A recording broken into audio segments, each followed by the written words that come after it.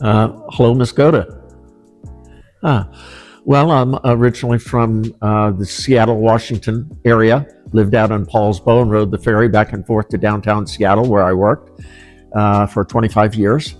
And a little over a year ago, I moved to Mascota. I enjoy horseback riding. It's such a wonderful town to ride around on a horse and enjoy. I enjoy it's a pueblo. It's a beautiful historic town.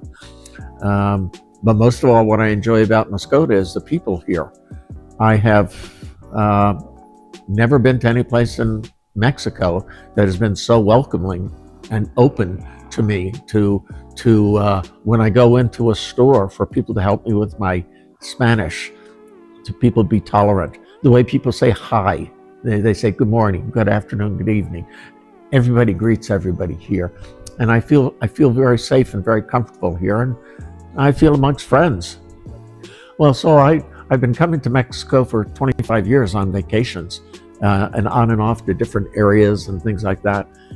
Mostly at Puerto Vallarta, starting with going to the volunteering at the SPCA in Puerto Vallarta, helping dogs and raise money for the shelter there for animals.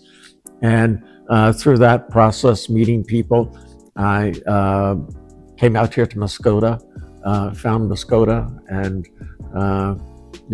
found just a nice place where I felt very comfortable, and then was very lucky just a little over a year ago to find a nice little local casa that I was able to restore and work on and fix up as my house now, and I love that.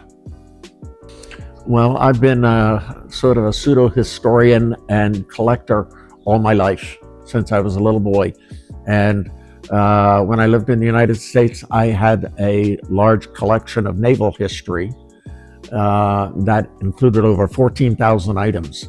And as I retired and moved to Mexico, I donated that entire collection to the Naval Historical Society in Washington, D.C. They have a huge museum there, and they were very excited and took my collection, and off it went. And then I arrived here in Mascota, and my good friend Hugo showed me this opportunity that the previous museum had closed years ago, and that there was an opportunity for me to learn, for me to help the community, for me to have something I'm very passionate about, bringing this culture alive, this history alive, for particularly young people here in Mascota. The goal of this museum is not to have a static display of objects where people walk through and look at objects. The goal of this is to have sort of a living museum where people come and experience and enjoy, and through that learn more about themselves and their community, highlighting people like the local craftsmen that are here. I'm so amazed. See, coming from the United States, I can't go out and hire an iron worker to do the beautiful iron that I see all over town. I can't go out and hire a brickman to make special bricks for me for a project I'm doing in the garden. I can't go out, the tile all here is handmade by a second generation worker who's been his family's been making tile like this for 70 years here in Mascota, and make these beautiful tiles. And that is such a thing to preserve and to highlight about this community. That's such a great thing this community has. And I need to highlight, to make sure that the next generation appreciates and understand what they have here. It's a beautiful thing. Well, it's coming along great. The community's been very responsible and very supportive, particularly the church, in allowing us to take over a portion of this building to create spaces and to allow us to create exhibits about the church here and to support those things. The city, for the mayor of the city to allow us on the exterior of the building, to improve the exterior of the building and support us with the ideas that are going on here. The education community, I know as we reach out to the education community, to have groups, classrooms and students to come here and do activities here. I want to bring those craftsmen together with the children and the artists that we have, like on the outside, Gerardo, who does clay, to bring children here to do clay and mold clay, and to get not only that creative side, but to recognize that we have these wonderful craftsmen here in town that are still here. And so part of the museum is about, simple title, Made in Mascota. I want as much of this museum to reflect Made in Mascota. The tile, any materials we get, the furnishings, everything. It's a great thing to just concentrate on our own community.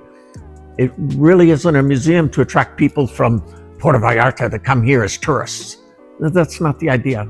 This is for an ownership here in Mascota, for the people of the Mascota to have some place to gather and participate and understand themselves, to create community pride of who we are in Mascota. And I think it's an important idea in every community. For today, as young people, I'm bombarded with information from all kinds of sources, on the internet and everything else. Sometimes they don't see the everyday things that are in their lives. Sometimes they don't realize how important they are and how special and rare they are. And those things exist in every community, here in Mascota more than others. And that process of influencing our young people to recognize they have a strong heritage in farming, the events that go on here, like the charreria that occurred the other night. These community events are unique to Mascota. This is their heritage. And the more we as a community can recognize that heritage and bring our children along to recognize that heritage, the stronger this community is going to be in the future, and the self-pride these children are going to have. They'll go out in the world and say, I'm from Mascota.